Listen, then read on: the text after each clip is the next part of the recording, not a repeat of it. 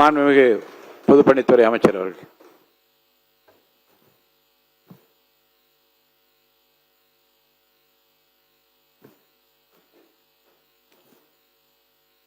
பேரவைத் தலைவர் அவர்களே, என்னுடைய முதல் உரை தந்தை பெரியார், பேரறிஞர் அண்ணா, புரட்சியாளர் அம்பேத்கர் அவர்களுடைய வணக்கத்தை தெரிவித்து இந்த தீர்மானத்தை பேச வாய்ப்பு கொடுத்த எங்களுடைய முதலமைச்சர் அவர்களுக்கும் பேரவைத் தலைவர்களுக்கும் வணக்கத்தை தெரிவித்து, ஒரு வரலாற்று சிறப்புமிக்க தீர்மானம். ஏன் இந்த தீர்மானம்? எங்களுடைய முதலமைச்சர், தமிழ்நாட்டுடைய முதலமைச்சர் ஒரு வரலாற்று சிறப்புமிக்க தீர்மானத்தை இந்த அவையில் கொண்டு வந்திருக்கிறார். இந்த தீர்மானத்தின் அடிப்படை மாநிலங்கள் இல்லாத ஒன்றிய அரசு இல்லை. அறிஞர் அண்ணா வலியுறுத்தியதை போல, பாராளுமன்றத்தில் முழங்கியது போல, மாநில சுயாட்சி இல்லாமல் ஒரு இந்தியாவை உருவாக்க முடியாது. மாநிலங்களை தவிர்த்து இந்திய நாட்டுடைய வளர்ச்சியை உருவாக்க முடியாது. அமெரிக்காவின் ஆபிரகாம் லிங்கன் ஜனாதிபதியாக இருந்த பொழுது ஒரு யுத்தத்தை எதிர்கொண்டார். அந்த யுத்தம் வடக்கு தெற்கு என்கின்ற யுத்தம். அதே போல்தான் இன்று வடக்கு தெற்கு என்கின்ற யுத்தத்தில் இன்றைக்கு இந்தியாவும் சரி, நம்மளும் சரி எதிர்நோக்கி இருக்கிறோம். புரட்சியாளர் அம்பேத்கர் உருவாக்கிய அரசியலமைப்பு சமத்துவத்தை வலியுறுத்துகிறது. ஆர்டிகல் 14 எல்லோரும் சமம், எல்லோருக்குமான அரசியல் அதிகாரம் உருவாக்கப்பட வேண்டும். அதில் மாநிலத்துடைய பிரதிநிதித்துவம் மிக முக்கியமானது. நம்மளுடைய பிஜேபி சகோதரர் கேட்டார், ஏன் இந்த அவசரம் என்று.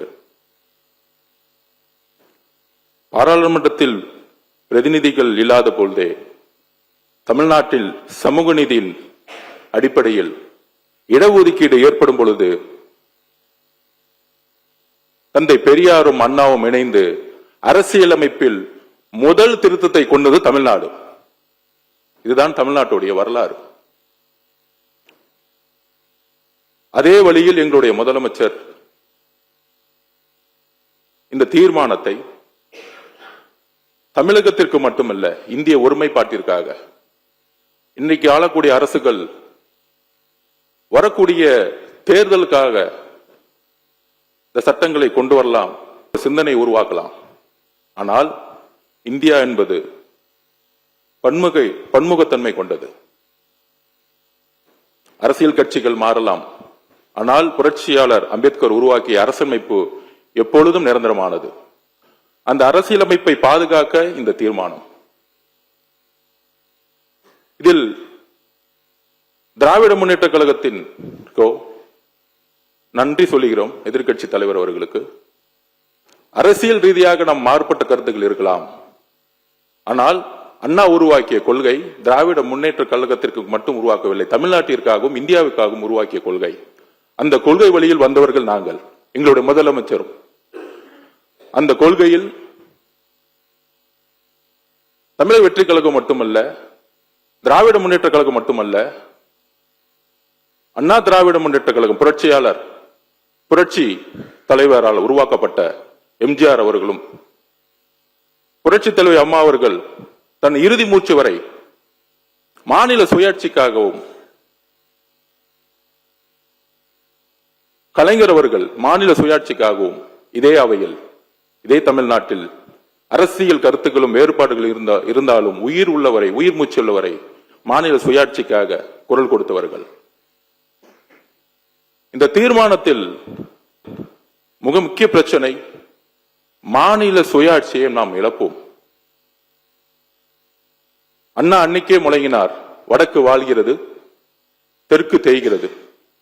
இன்றைக்கு வரைக்கும் அந்த பிரச்சனை இருந்து கொண்டுதான் இருக்கிறது. நாம் பாராளுமன்ற தேர்தலில் 40க்கு 40 புதுச்சேரி உட்பட வெற்றி பெறுவோம். நமது பாராளுமன்ற உறுப்பினர்கள் தமிழ்நாட்டுக்கு எதிரான அனைத்து சட்டங்களுக்கு எதிராக குரல் கொடுத்துக் கொண்டிருக்கிறார்கள். அது நீட்டாக இருக்கட்டும், ஜிஎஸ்டியா இருக்கட்டும், சிஏவா இருக்கட்டும். ஆனால் கடந்த 10 வருடங்களாக நமக்கான சட்டங்கள் நமக்கு எதிராக தான் இருந்துட்டு இருக்கு. கடைசி வாய்ப்பாக 543 என்று நமக்கான ஒரு ஃப்ரீஸ் செய்யப்பட்ட, கடைசியாக 2001 ஃப்ரீஸ் செய்யப்பட்ட ஒரு பாராளுமன்ற உறுப்பினரின் எண்ணிக்கை மாறுபடும் பொழுது நமக்கான குரலும் நமக்கான உரிமையும் பறிக்கப்படும். வரலாறு பத்தி பேசலாம்னு நினைச்ச நம்மளுடைய மாண்புமிகு சகோதரர் வன்னியரசு அவர்கள் எல்லாத்தையும் பேசிட்டாரு. பாரத பிரதமர்